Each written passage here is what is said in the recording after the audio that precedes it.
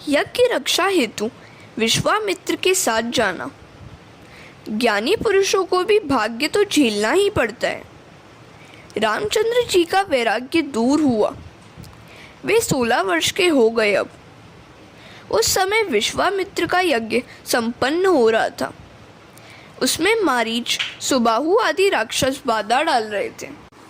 विश्वामित्र ने सोचा कि रामचंद्र जी ही मेरे यज्ञ की रक्षा कर सकते हैं।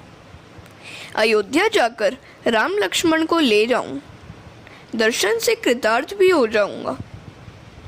भागवत में रामचरित्र का आरंभ इसी प्रसंग से किया गया है। विश्वामित्र अयोध्या में आए, सरयू में स्नान किया और फिर महाराज दशरथ की सभा में आए। दशरथ जी ने स्वागत करते हुए नमन किया। मेरे पूर्वजों के पुण्य प्रताप से आप जैसे ऋषि मेरे घर आए हैं। क्या सेवा करूं मैं आपकी? विश्वामित्र ने आशीर्वाद देते हुए कहा, मेरे यज्ञ में राक्षस विघ्न कर रहे हैं, सो राम और लक्ष्मण को मेरे यज्ञ की रक्षा के लिए मेरे साथ भेजिए। विश्वामित्र की ऐसी मांग से राजा घबरा गए। दशरथ जी ने कहा, मुनिवर, आपने ठीक नहीं मांगा। ये बालक मुझे अपनी वृद्धावस्था में मिले हैं। मुझे तो संतान की कोई आशा ही नहीं थी, किंतु आप सभी के आशीर्वाद से 4 संतानें मिली। मुझे ये सब अत्यंत प्रिय है, किंतु राम सर्वाधिक प्रिय है। राम के बिना मैं नहीं रह सकता। उसे मेरी आंखों से दूर न करें। मैं आपसे क्या कहूँ? राम मुझे प्रतिदिन 2 बार साष्टांग प्रणाम करता है, मेरी हर आज्ञा का पालन करता है। ऐसा पुत्र न तो कभी हुआ है और न कभी होगा। छोटे भाइयों से भी उसे अधिक प्रेम है। वह बहुत भोला है, मर्यादा का पूर्णतः पालन करता है। राम की प्रशंसा करते करते राजा का हृदय भर आया। जल के बिना मछली शायद रह सकती है, किंतु राम के बिना दशरथ नहीं जी सकते। वे फिर बोले, गुरुजी, मैं आपको ठीक ही कहता हूँ कि राम के दूर जाने से मेरे प्राण चले जाएंगे। आप चाहे तो मैं अपना सारा राज्य दे दूँ, अपने प्राण तक दे दूँ, किंतु मुझसे राम को दूर न करें। राम देत नहीं बनई गुसाई। मैं अपने राम के बिना एक क्षण भी जी नहीं सकता। मैं प्राण दे सकता हूँ, राम नहीं। दे प्राण ते प्रिय कछु नाही, सो मुनि देव निमिष एक माही। जगत में दशरथ सा पिता नहीं हुआ है और राम सा पुत्र भी नहीं। राम जब वन में गए थे तो दशरथ ने अपनी अंतिम सांस तक राम का ही नाम लिया था। उन्होंने कौशल्या से बार बार पूछा कि मेरे राम कहाँ हैं? मुझे कोई राम के पास ले चलो। मैं राम के बिना जी नहीं सकता। और राम के वनगमन के साथ ही दशरथ जी के प्राण पखेरु उड़ गए। रामायण का एक एक पात्र दिव्य है। भरत के जैसा कोई भाई नहीं है, सीता जैसी कोई स्त्री नहीं है। राम जी की अपेक्षा सीता जी का हृदय अति कोमल था। वाल्मीकि भी सीता के चरित्र का वर्णन करते हुए पिघल गए थे। उन्होंने कहा था कि रामायण में राम जी का नहीं, सीता जी का चरित्र अलौकिक है। राम जी सरल हैं, किंतु सीता जी की सरलता अद्भुत है। हरे कृष्ण। वाल्मीकि रामायण में एक प्रसंग है। रावण के साथ युद्ध की समाप्ति होने पर हनुमान जी अशोक वन में आए। सभी राक्षसों का तो विनाश हो गया और श्री राम की विजय हुई। सीता जी ने हनुमान जी को बहुत आशीष दी। काल तेरा सेवक बनेगा, अष्ट सिद्धियां तेरी सेवा करेंगी। हनुमान जी ज्ञानी पुरुषों के आचार्य हैं। मनोजवम मारुतुल्य वेगम जितेंद्रियम बुद्धिमताम वरिष्ठम वातात्मजम वानरयूथ मुख्यम श्री राम दूतम शरणम प्रपद्ये। हनुमान जी का वर्णन कर ही कौन सकता है। माँ सीता ने अंदर से आशीर्वाद दिया। फिर भी हनुमान जी को तृप्ति नहीं हुई। उन्होंने कहा, आपने मुझे आशीष तो बहुत दी, फिर भी हृदय में एक इच्छा बाकी रह गई। सीता जी वत्स, जो चाहे सो मांग ले। हनुमान जी इस पर कहते हैं, पहले जब मैं लंका आया था तो देखा था कि राक्षस स्त्रियां आपको बहुत सताती हैं, आपको डराती थी। अब राक्षसों का तो प्रभु ने विनाश कर दिया, किंतु ये राक्षस स्त्रियां बाकी रह गई हैं। मैं चाहता हूँ कि आपकी आज्ञा और आशीर्वाद से मैं इनका विनाश कर दूँ। सीता जी कहती हैं, अरे यह क्या मांग रहा है तू? ऐसा वरदान मांगना कोई ठीक बात नहीं है। हनुमान जी कहते हैं, इन्होंने आपको बहुत सताया है, मैंने अपनी आँखों से देखा था। माता जी हनुमान जी को उपदेश देने लगी, बेटे, अपकार का बदला जो उपकार से देता है वही संत है। इन राक्षसियों का कोई दोष नहीं है, वे तो रावण की आज्ञा के कारण ही मुझे सताती थी। वह दुख तो मेरे ही कर्मों का फल था। मैंने लक्ष्मण का अपमान किया था, अतः दुखी होना पड़ा। मैं तो सोचती हूँ कि इन राक्षसियों को वर देकर अयोध्या में चलूं। मैं वैसा आशीर्वाद तुम्हें नहीं दे सकती। हनुमान जी ने वंदन करते हुए कहा, माता जी, आपके सिवाय ऐसी दया तो कोई नहीं कर सकता। राक्षसों के लिए राम कठोर थे, किंतु राक्षसियों के लिए सीता जी दयालु थे। राक्षसियों को सीता जी ने आशीर्वाद दिया। सीता जी जैसी दयालु स्त्री कोई हुई ही नहीं है, वे साक्षात दया की मूर्ति हैं। माता जी के गुणों को याद करने से लगता है राम की अपेक्षा सीता जी श्रेष्ठ है। जब दशरथ ने राम को छोड़ना नहीं चाहा तो उन्हें वशिष्ठ जी समझाने लगे। दशरथ को उनमें पूर्णतः विश्वास था, वे सद्गुरु के अधीन थे। वशिष्ठ ने दशरथ जी से कहा, राजकुमार राम के जन्माक्षर बता रहे हैं कि इस वर्ष में इन चारों कुमारों के विवाह का योग है, अतः इन्हें भेजने में कोई बाधा नहीं है, सब कुशल मंगल होगा। मैं तो मानता हूँ कि विश्वामित्र इन्हें विवाह के हेतु ही लेने आए हैं। विवाह की बात सुनकर दशरथ हर्षित हो गए। क्या मेरे राम का विवाह होगा? तब तो मैं आज ही भेजने के लिए तैयार हूँ। और राम लक्ष्मण को राजसभा में बुलाया। उन्होंने आकर प्रणाम किया। दशरथ ने कहा, तुम दोनों को विश्वामित्र के यज्ञ की रक्षा के लिए जाना है। राम ने कहा, जैसी आपकी आज्ञा। राम लक्ष्मण तैयार होकर माता कौशल्या से आज्ञा आशीर्वाद लेने गए। कौशल्या ने भी पिता की आज्ञा का पालन करने को कहा। नारद जी ने कौशल्या को पहले से ही राम लक्ष्मण के विवाह के योग की बात बता दी थी। राम कृष्ण को माखन और शक्कर से बड़ा प्रेम है। जीवन को मधुर बनाना, जीवन में सद्गुण से ही मिठास आती है। सभी को मान दोगे तो तुम्हारा अपना जीवन भी शक्कर सा मीठा और मधुर बनेगा। सभी को मान का दान करना उत्तम है। दूसरों को मान देने से और अपने जीवन में संयम बढ़ाने से जीवन मधुर और उत्तम बनता है। जिसके जीवन में मधुरता नहीं है वह भगवान को प्यारा नहीं हो सकता। महादान और द्रव्यदान से भी मानदान अधिक श्रेष्ठ है। मानदान श्रेष्ठ दान है, इसमें एक पैसे तक का व्यय नहीं है। सभी को मान दो।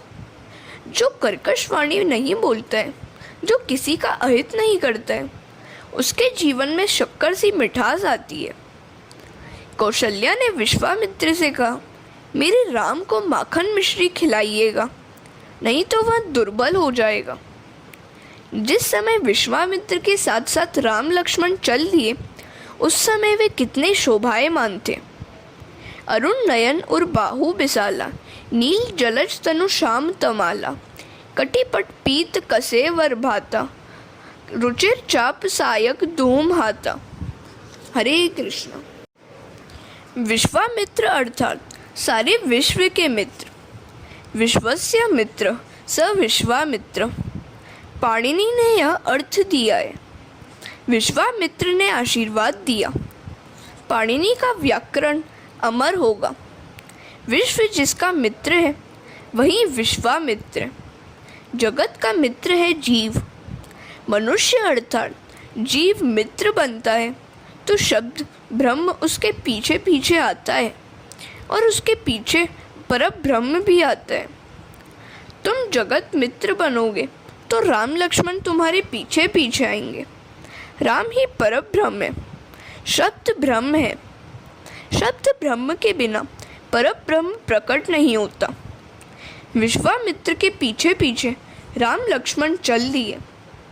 मार्ग में ताड़का का उद्धार किया। विश्वामित्र ने राम लक्ष्मण को बला और अति बला विद्या दी थी, सो उन्हें भूख प्यास लगती ही नहीं थी। वे सब आश्रम में आए। राम ने विश्वामित्र से कहा, गुरुजी, आप अपने यज्ञ का आरंभ करें, मैं उसकी रक्षा करूंगा। जनकपुरी के निकट ऋषि का निवास स्थान था। वहाँ उनका आश्रम था। वहाँ वे तप और यज्ञ करते थे। विशाल यज्ञ मंडप बनाया गया था। राम लक्ष्मण धनुष बाण से सज्जित होकर यज्ञ की रक्षा करने खड़े हो गए। द्वारिका में द्वारिकानाथ खड़े हैं। डाकोर में रणछोड़ राय जी खड़े हैं। श्रीनाथ जी में गोवर्धन नाथ खड़े हैं। पंढरपुर में विट्ठल नाथ जी खड़े हैं। भगवान कहते हैं, जब जीव मेरे दर्शन के हेतु आता है तो मैं खड़ा होकर उसे दर्शन देता हूँ। मैं जीव से मिलने के लिए आतुर हूँ। मुझसे प्रेम से मिलने के लिए जो भी आता है उससे मिलने को मैं भी आतुर हूँ। अपने वैष्णवों से, भक्तों से मिलने की प्रतीक्षा में मैं खड़ा हूँ। मैं खड़ा खड़ा भक्तों की प्रतीक्षा करता हूँ। मुझसे विभक्त हुआ जीव मुझसे मिलने के लिए कब आएगा? ईश्वर की दृष्टि तो जीव की ओर अखंड रूप से है, किंतु जीव ही ईश्वर की ओर दृष्टि नहीं करता है। राम तो जीव को अपनाने के लिए तत्पर है, किंतु यह अभागा जीव ही उनसे मिलने के लिए आतुर कहाँ है? श्री राम अजानुबाहु हैं। किसी ने इसका कारण पूछा तो उन्होंने उत्तर दिया, मेरे भक्त मुझसे मिलने आते हैं। उनमें यदि कोई भक्त मोटा हो तो उसे भी मैं बाहों में भर सकूं, इसलिए मैंने अपने हाथ लंबे रख लिए। मुझसे मिलने के लिए आने वाले भक्तों को आलिंगन देने के लिए मैंने अपने हाथ लंबे रखे हैं। राम वानर आदि पशुओं को भी आलिंगन देते हैं। राम जी सभी से प्रेम करते हैं। वे हमेशा धनुष बाण अपने साथ में रखते हैं। धनुष बाण के बिना राम के दर्शन नहीं होते हैं। चाहे राज्यासन पर बैठे हों, चाहे अंतपुर में सीता जी के पास, उनके हाथों में धनुष बाण होते ही है।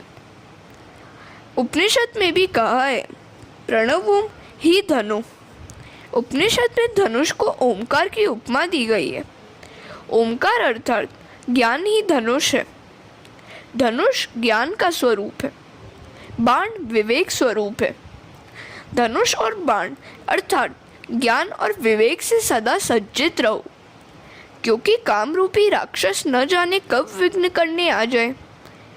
काम राक्षस तुम्हारे पीछे दौड़ रहा है, तुम्हें पराजित करने आ रहा है। राम की भांति धनुष बाण से सदा सज्जित रहना। ज्ञान और विवेक को सतेज रखोगे तो राक्षस बाधा नहीं डाल सकेंगे।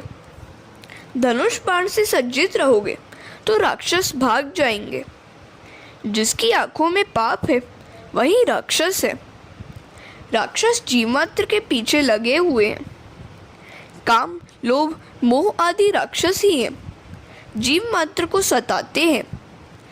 जो प्रति क्षण सावधान रहता है उसे राक्षस मार नहीं सकते। राम का स्वरूप अद्भुत है। शूर्पणखा राक्षसी थी, फिर भी उसके मन में राम को पति स्वरूप में पाने की इच्छा जागी थी। हमारे हृदय तो उस राक्षसी से भी कठोर है कि हमारे मन में राम को पाने की इच्छा ही नहीं है। श्रीधर स्वामी ने राम विजय लीला कथा में कहा है, यज्ञ के चारों द्वारों की राम लक्ष्मण चौकसी करते थे। उन्होंने इतने रूप धारण कर लिए थे कि सभी द्वारों पर राक्षसों को इनकी उपस्थिति दिखाई देती थी। विश्वामित्र आहुति देते थे यज्ञ कुंड में और निहारते थे राम लक्ष्मण को। श्रुति वर्णन करती है, अग्नि भगवान का मुख है, परमात्मा अग्नि मुख से आहार करते हैं। अग्नि ज्वाला प्रभु की जिह्वा है। ब्राह्मणगण वेद मंत्रों का उच्चारण करते हुए अग्नि में आहुति दे रहे हैं। विश्वामित्र राम लक्ष्मण पर दृष्टि लगाए हुए यज्ञ कर रहे हैं। मन की मलिनता को दूर करने के लिए यज्ञ किया जाना चाहिए। यज्ञ, स्वाध्याय, तप, ध्यान का फल है मन शुद्धि। मन शुद्धि का फल है परमात्मा का दर्शन। हरे कृष्ण। तब राक्षस जाने कि विश्वामित्र ने यज्ञ का आरंभ कर दिया है तो वे बाधा डालने आ पहुँचे। रामचंद्र के बार बार दर्शन होने से मारीच का स्वभाव बदल गया। जिसके दर्शन से स्वभाव बदलता है वही ईश्वर है। मारीच ने सोचा कि विश्वामित्र के इस यज्ञ में विघ्न करना ठीक नहीं है। आज मेरे मन में ऐसे विचार क्यों आ रहे हैं? शायद इन बालकों को देखकर मेरा मन बदल गया है। आज मेरा मन मेरे बस में नहीं है। इन बालकों से मिलने की इच्छा हो रही है। मारीच था तो राक्षस, फिर भी राम के दर्शन से उसकी बुद्धि सुधर गई। आजकल के लोग राम दर्शन के लिए जाते तो हैं, किंतु दर्शन के बाद भी इनकी बुद्धि सुधर नहीं पाती है। राम के दर्शन के बाद भी बुद्धि न सुधरे तो मान लेना कि तुम राक्षस से भी अधम हो। रोज रामायण पढ़े, देव दर्शन करे, फिर भी यदि जीवन में संयम, सदाचार, सरलता न आ पाए तो जान लो कि मारीच से भी तुम गए बीते हो। राम परमात्मा है। उनके प्रत्यक्ष दर्शन से मारीच की बुद्धि बदल जाए तो इसमें आश्चर्य ही क्या है? राम की नकल करते करते और राम का ही चिंतन करते करते रावण का काम मरता है।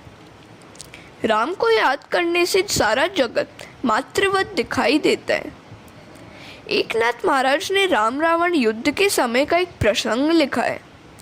गहरी नींद में डूबे हुए कुंभकर्ण को जगाया गया तो उसने पूछा, मुझे क्यों जगाया गया है? रावण ने कहा, जानकी को लेकर युद्ध जो हो रहा है। कुंभकर्ण ने कहा, तेरी इच्छा पूर्ण हुई? तो रावण ने कहा, नहीं। कुंभकर्ण ने कहा, तू अपनी माया से राम का रूप धारण करके सीता के पास जा, तुझे राम मान लेगी और तेरे वश में हो जाएगी। तो रावण ने कहा, इस राम के पास कुछ जादू सा लगता है। मैं उसका रूप धारण करने के लिए उसके रूप का विचार करता हूँ कि तुरंत मेरा मन ही बदल जाता है। जो रूप धारण करने की इच्छा होती है उसका विचार तो करना ही पड़ता है। जब मैं राम का रूप से माया से धारण कर देखता हूँ तो सीता मुझे माता रूप से दिखाई देती है। मेरे मन में काम तक नहीं रह पाता। तब कुंभकर्ण कहने लगा, राम का मायावी रूप तेरे काम को मारता है। जिसका नकली रूप भी इतना प्रभावशाली है उसका मूल रूप तो कितना अधिक प्रभावशाली होगा। अतः निश्चय ही राम परमेश्वर है। तू अतिशय कामी है, फिर भी राम के स्मरण से निष्कामी बन जाता है। सो राम ईश्वर ही है। ऐसे राम के साथ वैर करना ठीक नहीं है। देवादिदेव से वैर करने वाला तू मूर्ख ही है। मैं तेरी सहायता नहीं कर सकता। विभीषण की भांति मैं राम के चरणों का आश्रय लूँगा। रावण कहता है, मैं राम की शत्रु भाव से भक्ति करता हूँ। यदि मैं अकेला ही भक्ति करूँ तो मात्र मेरा ही कल्याण होगा, किंतु शत्रु भाव रखूँ तो मेरे सारे वंश का कल्याण होगा। ये सभी राक्षस तामसी हैं। वे जप, तप, ध्यान, सेवा, पूजा तो कर नहीं सकते। रामचंद्र के साथ शत्रुता होगी तो युद्ध होगा। राम का प्रत्यक्ष दर्शन होगा और राम दर्शन से हम सभी का उद्धार होगा। अपने सारे वंश के कल्याण के हेतु ही मैंने राम से शत्रुता की है। यज्ञ करते समय तुम भी अपने प्रत्येक द्वार पर राम लक्ष्मण को बिठला देना। जब कथा श्रवण, नारायण से मानसिक मिलन आदि यज्ञ ही है जो गरीब से गरीब व्यक्ति भी कर सकता है। कुछ यज्ञ ऐसे हैं जिनके लिए कुल की श्रेष्ठता और अत्यधिक धन की आवश्यकता रहती है। विधुर और विधवा के लिए वे निषिद्ध है, प्रायश्चित भी करना पड़ता है। साधारण ब्राह्मण नहीं, अग्निहोत्री ब्राह्मण ही उन्हें कर सकते हैं। बहुत सा धन खर्च करना पड़ता है। कुछ यज्ञों के लिए देश काल की भी मर्यादा निर्दिष्ट है। उपनिषद में एक यज्ञ ऐसा बताया है जो जाति, समय, स्थल आदि के किसी भी प्रकार के बंधन के बिना किया जा सकता है। वह है जप यज्ञ। यह सभी यज्ञों से श्रेष्ठ है। आँख से दर्शन, कान से श्रवण और मन से स्मरण करते हुए जप करोगे तो समाधि की अवस्था प्राप्त हो सकेगी। कृष्ण मिलन महायज्ञ। कृष्ण मिलन यज्ञ में श्रद्धा पत्नी है, आत्मा यजमान है, शरीर यज्ञ भूमि है और फल है परमात्मा विष्णु से मिलन। परमात्मा से मिलन महानतम यज्ञ। जीवात्मा और परमात्मा का मिलन महायज्ञ। यज्ञ से चित्त शुद्धि होती है। चित्त शुद्धि का फल है परमात्मा की प्राप्ति। सभी इंद्रियां यज्ञ मंडप के द्वार हैं। इस यज्ञ में काम, क्रोध, लोभ, मोह आदि राक्षस बाधा करने के लिए आते हैं। इस महायज्ञ में विषय रूपी मारीच बाधा डालता है। द्वार पर राम लक्ष्मण को स्थापित करोगे तो काम, क्रोध, वासना रूपी मारीच सुबाहु विघ्न करने आ नहीं पाएंगे। आँखों में, कानों में, मुख में, सभी इंद्रियों के द्वार पर राम लक्ष्मण को बैठा दो। ऐसा करने से मारीच रूपी विषय विघ्न नहीं कर सकेगा। मारीच शीघ्र मरता नहीं है। अपनी प्रत्येक इंद्रिय के द्वार पर राम लक्ष्मण को, शब्द ब्रह्म को परब्रह्म आसीन करोगे तभी काम रूपी मारीच तुम्हारे यज्ञ में बाधा रूप नहीं हो सकेगा। तभी तुम्हारा जीवन यज्ञ निर्विघ्न समाप्त होगा। माया रूपी मारीच को रामचंद्र जी के विवेक बाण से मारो। जिसका चिंतन मात्र करने से काम का नाश होता है वही ईश्वर है। ज्ञानी महात्मा अपनी इंद्रियों के द्वार बंद रखते हैं, जबकि वैष्णव जन द्वार पर राम लक्ष्मण को पधराते हैं। भागवत का राहु और रामायण का मारीच दोनों एक से हैं, तुरंत मरते नहीं हैं। विश्वामित्र का यज्ञ समाप्त होने पर था कि जनकपुर से निमंत्रण पत्रिका आई कि सीता जी का स्वयंवर होने जा रहा है। यज्ञादि से निवृत्त होकर राम लक्ष्मण को लेकर विश्वामित्र जनकपुर की ओर निकल पड़े। मार्ग में अहिल्या का उद्धार करने का प्रसंग आया। विश्वामित्र ने राम से एक शिला को स्पर्श करने की आज्ञा दी। इस शिला रूप अहिल्या का उद्धार करो। राम सोच में डूब गए, क्योंकि जो साधक है वह तो लकड़ी की स्त्री का भी स्पर्श नहीं करता। न स्पृशेत दार्वीमपि, एकादश स्कंद के एक श्लोक का यह चरण है। राम ने कहा है मैं इसे प्रणाम करता हूँ, तो विश्वामित्र कहते हैं प्रणाम करने से तो कुछ भी नहीं होगा। राम कहते हैं मैं चरण से भी स्पर्श कर दूं तो पाप का भागी होऊंगा। राम पाप से डरते हैं। आजकल लोग पाप से डरते ही नहीं हैं, मन चाहे सो कर लेते हैं। पाप से डरकर चलोगे तभी कल्याण होगा। पाप और ईश्वर से डरोगे तो मन शुद्ध रहेगा। मैं पर स्त्री को वंदन करता हूँ, स्पर्श नहीं। राम पर स्त्री का और सीता पर पुरुष का स्पर्श नहीं करती थी। हरे कृष्णा। जहाँ तक हो सके पर पुरुष और पर स्त्री का स्पर्श करना नहीं चाहिए। ब्रह्मचर्य का यही आदर्श है। कवियों ने कल्पना की है, राम ने अहिल्या का चरण से स्पर्श नहीं किया। बहती हुई हवा ने राम के चरणों की धूल उड़ाई जो शिला पर जा पड़ी। फलतः शिला अहिल्या बन गई। एकनाथ जी ने भी यही कहा है।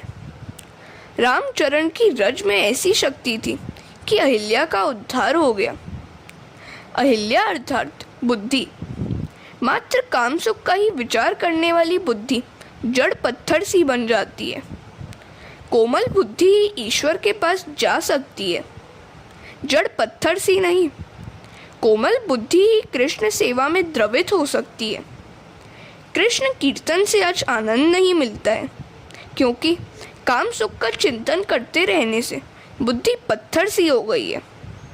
जड़ बुद्धि चेतनमय कैसे हो सकती है? जब कोई सद्गुरु संत महात्मा मिल जाते हैं तभी। जब किसी पवित्र संत की चरण रज पावन करती है तभी। पत्थर सी जड़ बुद्धि प्रभु की चरण रज से जागृत चेतना युक्त बनती है। अहिल्या रूपी बुद्धि राम के चरण रज से शुद्ध सचेतन बनी। अहिल्या ने प्रभु से प्रार्थना की, मेरे पति ने मुझे श्राप देकर ठीक ही किया, क्योंकि इसी कारण से मैं आपका दर्शन पा सकी। उसी समय ऋषि गौतम भी वहीं आए।